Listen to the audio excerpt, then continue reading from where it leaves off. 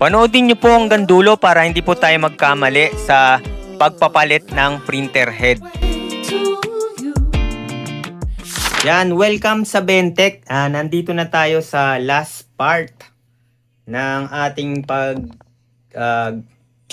gawa dito sa Epson L3210. Ngayon, ipapalitan na ng printer head. No, kung babalikan nyo o i-recap natin yung ginawa natin nung nakaraan, sa unang chapter, tinuruan ko kayo kung paano baklas ng scanner unit, ng side cover, then pagbaklas ng printer head, then pinakita ko rin kung ano yung laman ng sobrang baradong printer head. Then, yan, pinakita ko rin yung pag-drain ng ink. So, ginawa natin, nag-drain muna tayo nung pigment, yung nakalagay talaga dito, no? Kung sublimation yan, i-drain muna. Kasi dito sa case na to, from pigment to dye, no? Balik na sa dye. Kasi gagamitin lang naman to sa document, kaya hindi na kailangan i-pigment. Yon, vice versa, kahit ano naman, pwede nyong gawin yung paraan na yon. Kung nakasabli yan, gusto nyong ibalik sa dye o gusto nyo gawin yung pigment, parehong proseso. Then, ngayon, ikakabit na natin yung printer head. So, nilinis din natin yung printer head, no? Yung manual, ano natin, no? Declogging. So, ito yung printer head. Yan, paalala, baka ma-static nyo yung printer head nyo. Huwag nyo hahawakan yung bandang logic board. Tsaka ingatan mabasa ng cleaning solution etong kinakabitan ng flex wire. Yan yung logic board, yung kulay green. Yan, ingatan mabasa, no, ng cleaning solution. Then, bago kayo mag-repair, no, maganda rin kung may guantes, no. Discharge nyo muna yung electricity sa katawan nyo, hawak lang sa mga metal part o kaya sa system unit o kaya kung may wrist wrap kayo dito, no, anti-static wrist wrap, okay din yon. Yan. So ito yung yan, close up natin. Ito yung flex wire. So, ikabit na natin. I-check nyo kung may basa, baka may basa o may ink yung dulo nito para sigurado hindi ma-short yung printer head. Kasi pwedeng idamay niya rin yung board, no, pag na-short. Minsan naman pag ganyan.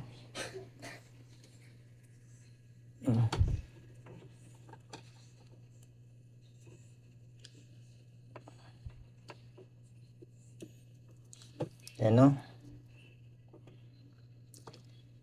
And make sure nakakabit ng husto. Close up natin. Yan, nakakabit siya ng husto. Yan. Then,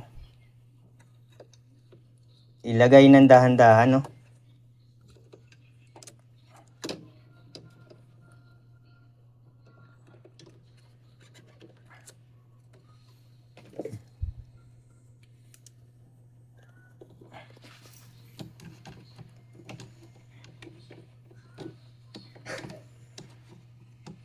Yan. Make sure nakalapat ng maayos. Tatlo lang yung tornilyo dyan. Isa dito, isa doon, tsaka isa dito. Yan. Yan. Dito, dito, tsaka dito. Tapos make sure yung mga flex wire dito, nakaipit dito.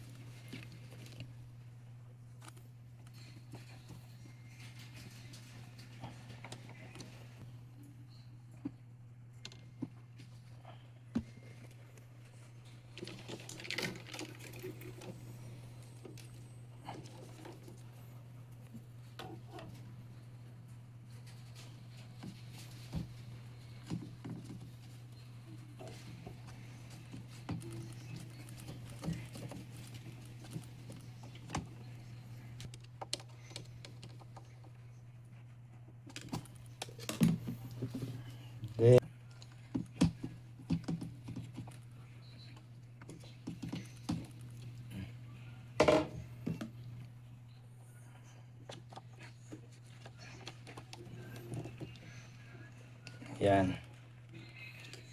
Okay. Ay, kabit na. Then, una yung black.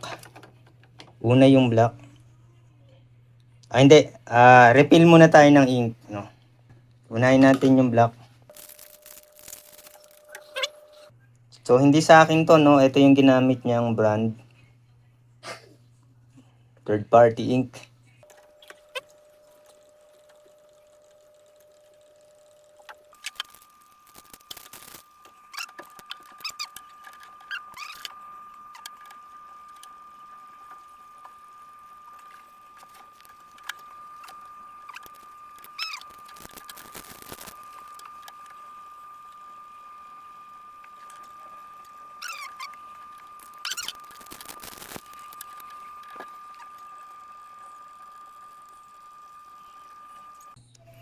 Yan, so tapos na.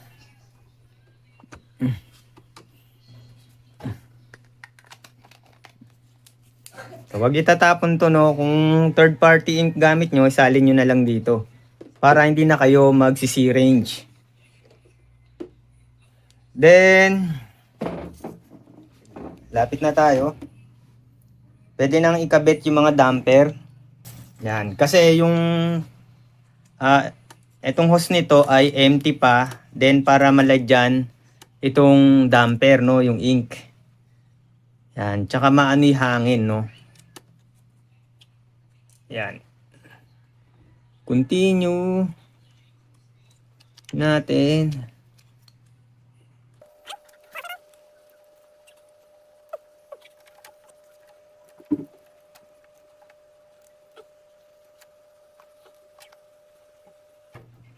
Then yung yellow naman.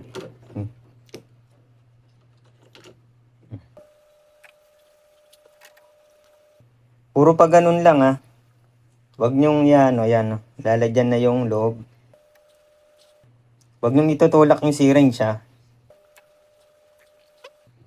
Tinatapon ko lang dito, no.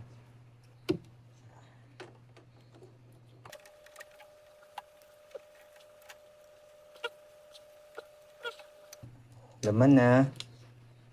Then, ito naman.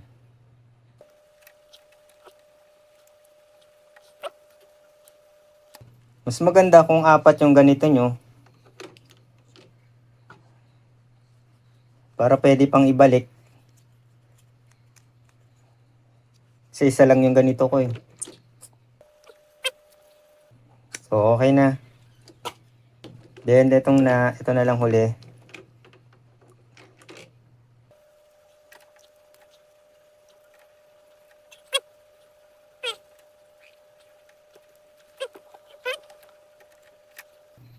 So, may laman na lahat ng damper.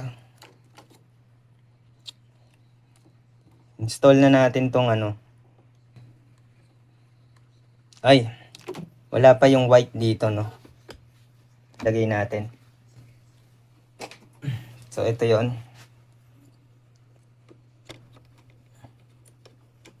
Yan. Kaya ganun lang yan dyan.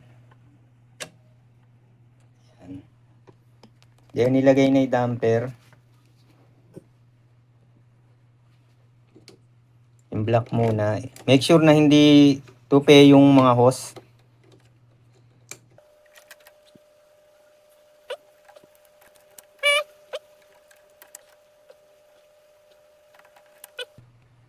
And lagay natin to. Ayusin lang natin yung pagkakaano ng hose. Kasi lagay natin yung cover. Ito. Make sure na hindi tumatama. Yan. Then i-try na natin i-power on. Try natin i-power on. Yan. Power on na. Saka na lang to linisan, no? Pag okay na siya. Then, normal naman, walang blinking lights. Yan, tama, nandito yung position ng head. Then, may isa pang gagawin. Isa pa. i iigop tayo dito sa waste hose, no? Para yung ink dire-diretso na dun sa printer, printer head. Para magkaroon ng laman yung printer head.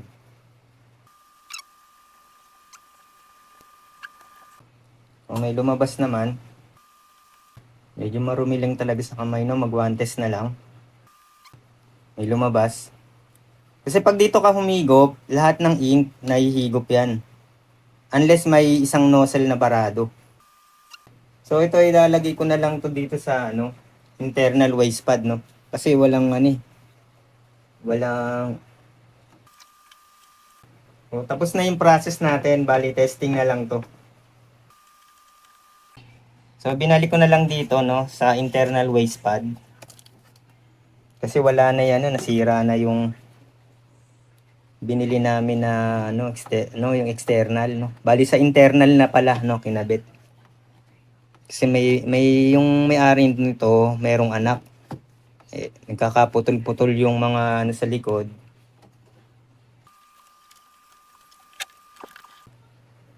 Yan, so tapos na i-on na uli. Ayan, wala namang error. Then, tanggalin na natin to.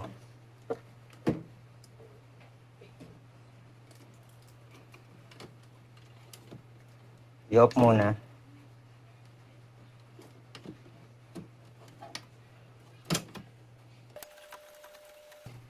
Yan, ilagay muna natin pala yung tornilyo.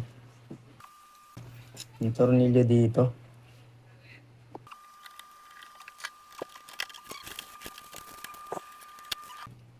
Turn on. Isang tornilyo dito, ilagay na natin.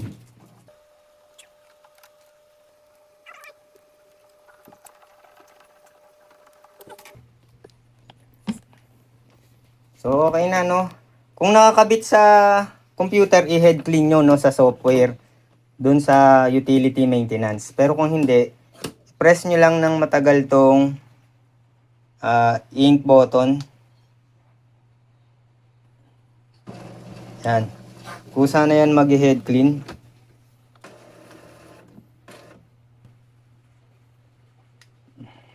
Yan, antayin lang, tas mamaya test print na.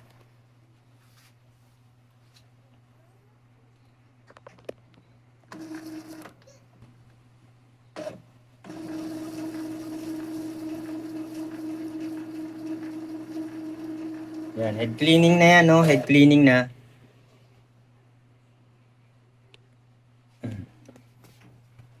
Ganyan ang normal. Yan, yung ginamit natin uli ay LNC cleaning solution. Tapos ito yung mga ink, no? Depende sa inyo kung ano gusto nyong ink. Yan, pag kuyi, isalin nyo lang sa bottle ng 003. Yan, kung pigment naman kayo, ganun din. Kunyari dye, pares na proseso. Pero recommended ko kung anong brand ng ink, pare-pareho na lang. Kasi itong binigay sa atin, medyo na iba dito sa yellow. Ibang brand to.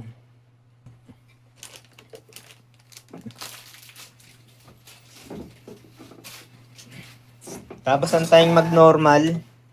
Yung ilaw ay naka-ilaw lang ng green, walang blinking dito.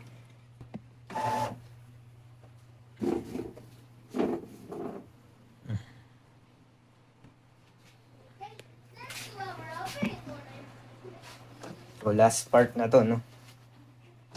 Yan, huwag niyong kakalimutan mag-subscribe, ah.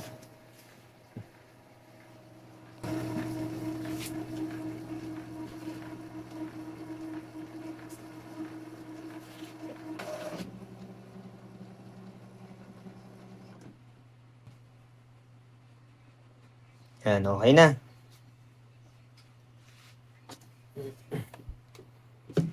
Yan, check ko muna tong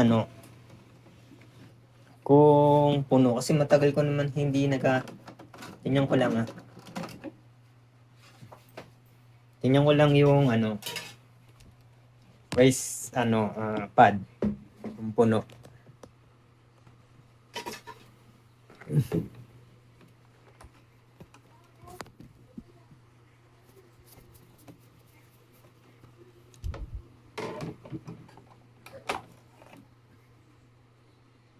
Hindi naman punong-puno. Pero malapit na.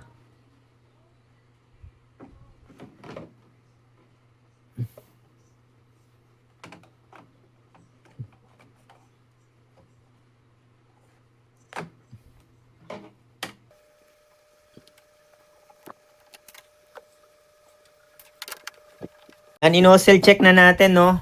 Napalitan na natin ang printer head. Na-convert na natin from pigment to dye, no? Binalik natin sa dye. Yan. I-nozzle check natin. Paint nozzle check, no? Dito na lang ako magno-nozzle check sa computer, no? Naka-turn on, naka-turn off. Turn on muna natin. Dapat walang nagbi-blinking, no? Yan. Then, balik tayo dito. Print nozzle check. Print. Finish.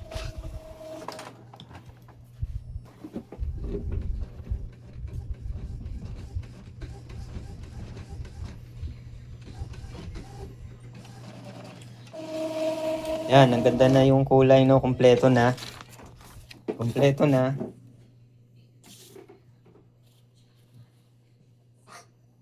Yan. Yan. Yung ginamit nating cleaning solution ay LNC uli, no? LNC. Ayan. Yung ginamit nating cleaning solution. So, yan lang po mga ka-printing, no? Tapos, magpiprint tayo ng photo, no? Ilalagay ko na lang uli sa susunod na chapter, no? Ang haba na ng video, eh. Yan, maraming salamat. Yan, maraming salamat. Huwag nating kakalimutan mag-subscribe dito sa Bentech. Yan.